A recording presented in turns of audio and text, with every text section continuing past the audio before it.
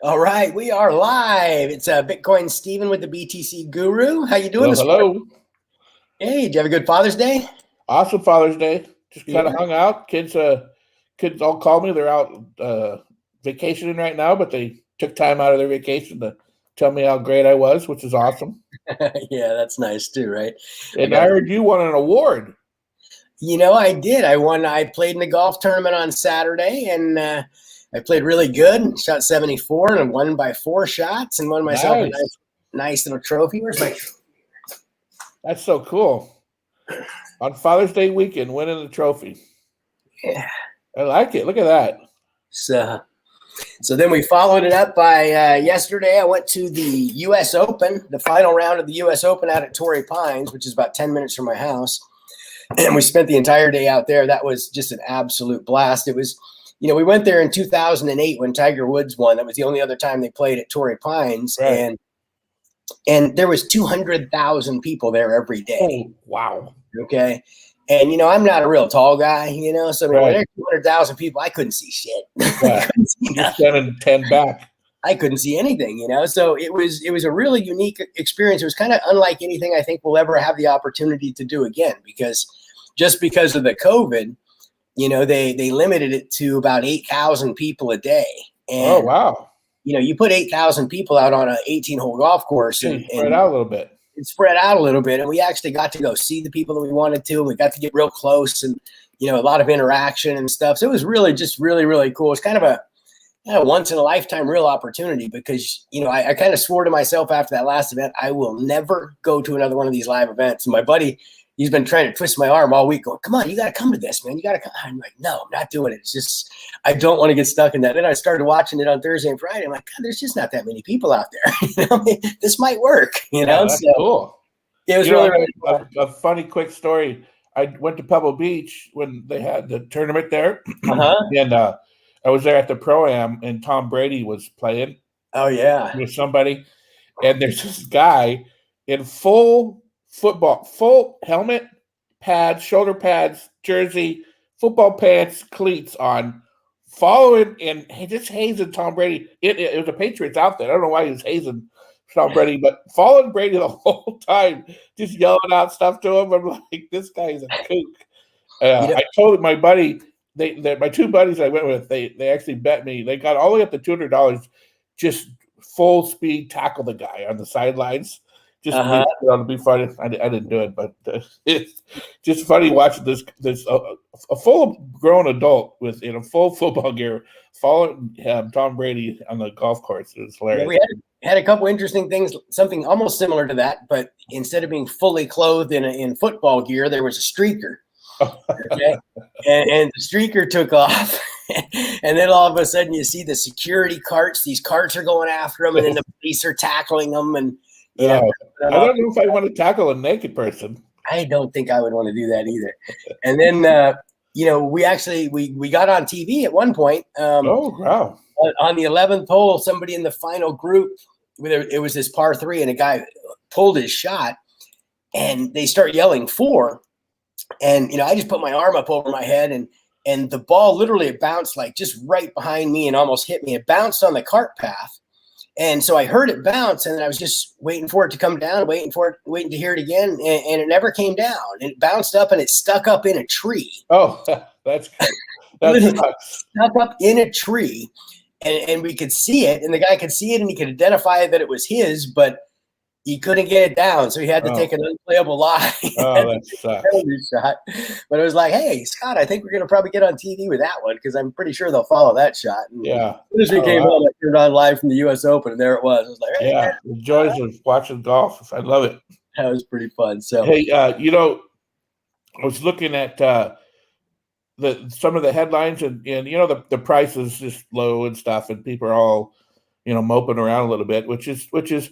I was looking at something today, and I kind of learned something today. The price is kind of immaterial to what's really going on in the blockchain. You got to look at the blockchain. You got to look at the wallets. You got to look that if the wallets with 10 or 20 or more Bitcoin are accumulating, then it's time to buy, because those are the whales. Those are the people that are in it for the long term. And if they're not selling, then there's no reason to panic. Right. And then if the and then the volume's going up in those, if they're continuous to buy and they got strong volume in those big wallets, then that means that the whales are accumulating. So you should accumulate, copy them.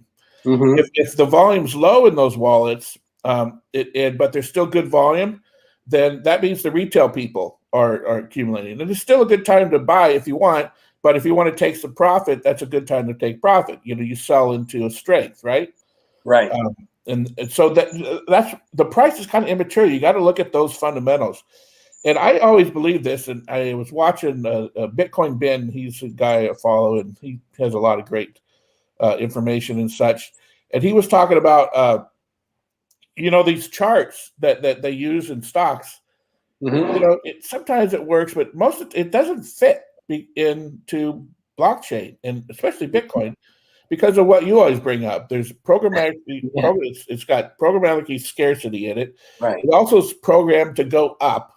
It's not Right. programmed to go down to cover inflation and stuff. So stocks don't do that. Stocks are firstly, they're highly manipulative, and they're controlled by information of the people that hold the stock. So there's always they're subject to that. Yeah, I think it's just kind of a lot of it's human nature. I think the studies show 97% of the people out there kind of follow 3% of the people, right? Right. And so there's a lot of followers out there. So what happens is sometimes you get one of these leaders out there, like you say, maybe they're trying to accumulate some Bitcoin, so they'll go out and throw some fear in the market. And it's the 97% of them. That's the little ones that accumulate. That's what makes these big swings in the market. I think these are the ones that are going out there and they're selling because they're scared. They don't know. They're following kind of what somebody else says, and that's what kind of does this whole yo-yo thing. Like you say, the 3%ers, the ones that are accumulating this, they're not selling Bitcoin. Right. They're accumulating. They're waiting for it to go back down so they can buy more. On these kind of dips. So. It's just kind of a natural thing that's going to happen in the marketplace. People playing follow the leader, and you've got a lot of people out there that are going to be talking it down when they want to buy more. And I think it's just going to be one of those things that happens that you cannot compare, Bitcoin to any kind of a stock or anything like that. And when you're talking about charts, you're talking about stocks, and because with stocks you have so many different variables. You have all kind of accounting issues. How do you account for this? You could have a CEO calling his accountant, the day before a big meeting and say, hey, we need to make these numbers. What do we have to do to make these numbers? Right. You can't do that in Bitcoin, So, I mean, it's like comparing apples and oranges. You really just can't because of the algorithm. Yeah, because of the algorithmic scarcity, it's like, there's only going to be 21 million of these things, and it doesn't break. It does what it's supposed to do. What else does that? Yeah, right. Michael Saylor's in the headlines again because MicroStrategies bought another $500 million worth of Bitcoin over this last 4 weeks. They paid an average price of $37,000 for it. So they own 105,000 Bitcoins right now. One of the larger holders of Bitcoin. And that, like we've talked about him before, if you're gonna listen to somebody, that guy is a genius. Absolutely. He's off the charts intelligence, MIT graduate. He knows what he's doing. And he's only been in Bitcoin blockchain since March of 2020. Right. So, and he's accumulated 100,000 Bitcoins, which is absolutely amazing. He didn't start when he was at $30 like some people did. No. So it was easy to get 100,000 Bitcoin. He started, it was what, $3,000 I think back then, or around that, $4,000, maybe 5,000. And then he started accumulating, and he's still buying it. He raised $500 million and put it all in a Bitcoin at an average of $37,000 per Bitcoin. That's insane. It's insane. Yes, I mean you got to watch the who's buying like that. People like that. That's got to tell you what you need to do. You got to understand, like when we have these dips, it's not because Michael Saylor is selling off 50,000 Bitcoin. Okay, right? It's because the herd mentality. Everybody else out there gets worried or scared about something, and they think that they're going to lose this, and then they go out and sell it, and then they read something else, and it's just a yo-yo for them. They're kind of in and out, and yeah, I mean, I think that if you're going to do the Bitcoin, we've talked about this multiple times. You shouldn't even just look at the stuff every day. You don't need to look at it every day. Look at it at the end of the year and see where you're at. Yeah. Yeah. It'll drive you crazy if you let the price. Look at that every day. They did a survey. I think it was on financial advisors, and 84% of it basically thinks that Bitcoin will go up to a minimum of 100K by the end of the year. Tim Draper thinks that 250 is an achievable mark, and he thinks it's going to happen the first part of 2021. What are we in now? 2022. Sorry. We're in 2021 now. Jeez, lose track of time.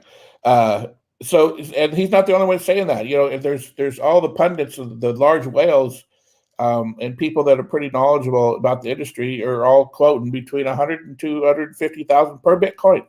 That near the end of this year, the first part of 2022. So it's just like Steve and I've been saying this whole time.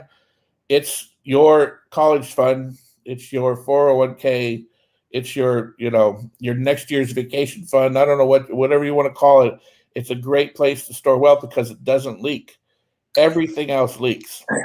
Right. I mean, stock, like Mark Cuban has said multiple times, when he invests in something on Shark Tank, he has no guarantees that, that they're not going to go out and just issue more stock and dilute him, right, or do things like that. Most people, are listening to what I call WIIFM, what's in it for me, what's best for me. And that's where you have a lot of manipulation that's done with the stock market. There's a lot of different manipulation because people are trying to hit their numbers, or trying to keep their job, all these other types of things. And, that's just not even something that's relevant, when it comes down to Bitcoin. It's not relevant. It's just going to work the way that it does. And, you just got to remember those kinds of things. This is anything, because like Michael Saylor, he says this is the best invention in the history of mankind. Yes. And Mr. Tudor, Paul Tudor, basically says there is no other holder of wealth and to grow wealth better than Bitcoin. It's built for this. Because of 2 + 2 = 4. It's just math. It's just math. It's programmed to do what it does, and it's just following its program. Nobody can stop it from doing that. You brought up on Friday about El Salvador, and they went to the World Bank and said, "Hey, we're going to make Bitcoin our currency." And World Bank said, "No, you're not." They don't want them to do that. They want to control El Salvador. So I don't know why they went there, but they had their reasons, whatever. But the World Bank they can't give you approval to do what you're doing. They can't do anything about it. Any country, any person, any corporation could go, because nobody controls this blockchain, it's decentralized, could go buy Bitcoin and hold it and do what they want with it. It's virtually impossible to stop now because of where it's at, and because there's so billions and close to $1 trillion in it now, that it's I believe it's unstoppable. Yeah, I mean, what would you have to do? You'd have to unplug every computer on Earth at the same time, or something? That wouldn't stop it, because as long as 2 computers can talk to each other, you got a blockchain. Right. So it'd be virtually impossible to stop it. It's kind of amazing, isn't it, that somebody's kind of made like the perfect, the perfect business. Yeah, it is. You see everybody else coming up with different altcoins and different things like this, right? But none of them that I'm aware of, not any of them, have really got that same algorithmic scarcity. How come? Well, Litecoin it's programmed in that also.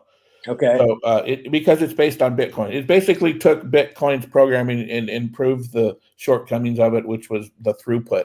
Mm-hmm. So that's one that another buddy of mine says he believes anybody who holds 100 Litecoin or more, and it's at, I don't know, I think it's at $100 right now, or 120, something like that, or could be a little bit higher than that, but it's around $100 to $200. Anybody who holds 100 Litecoin or more in about 3-4 years will be considered a whale. Really? Of where it's going. Yeah, it's programmed to increase just like Bitcoin is. It's got limited supply. It's got all the great stuff of Bitcoin in it also. but its transactions rate and is a lot faster and a lot more efficient. How come we don't hear much people talking about that much? It's under the radar. It's because you got these stupid meme coins, these dojis and stuff, doing all this crazy stuff. It doesn't spike up like these things. So the headlines all cover the craziness on the ends, the ones that crash or the ones that fly up 1,000,000%. The steady guy, the hare and the turtle kind of race thing. Right. That turtle doesn't get talked about very much until he wins the race. Right. And that's kind of what Litecoin is. That's interesting.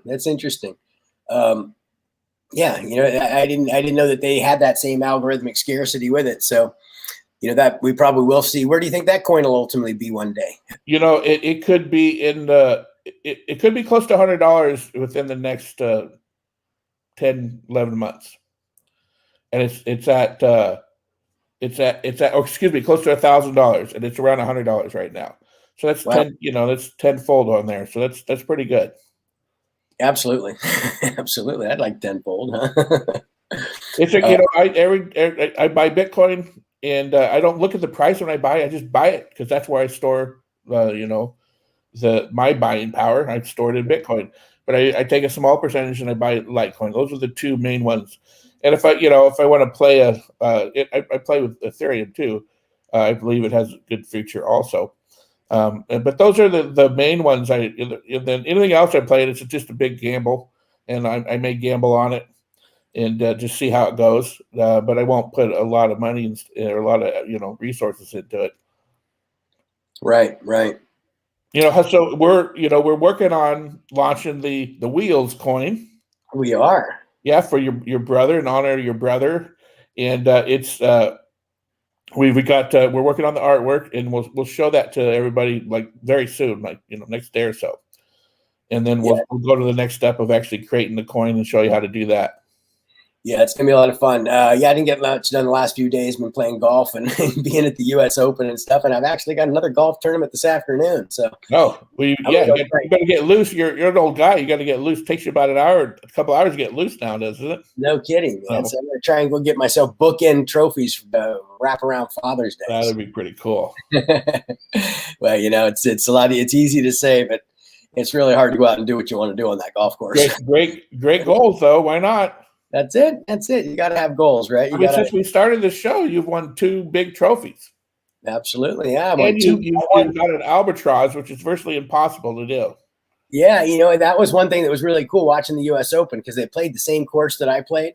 And it's like, I was coming up there yesterday. I was like, I wonder what Louis Oosthuizen right now would pay for my albatross. Yeah, right on. Exactly. The guy coming up after he hit one in those stuff on 17, and he was, about ready to have a chance. He needed an eagle to tie on the last an albatross for a walk-off win. That would be awesome. What do you think he would have paid for my albatross? That's right. Wow. That would have been pretty crazy. So I don't have a lot more today. I'm going to have to kind of cut it a little bit short because I've got a lot of other stuff going on. But that's good. Yes, so we will be with you guys back here same time. Tomorrow I have a conflict at 8. So we may have to do it later or skip it and come in to Wednesday. Okay. Well, we'll be. I'm sure we'll make it sometime either tomorrow. If not, we'll see you guys on Wednesday. All right. That's good. Take care.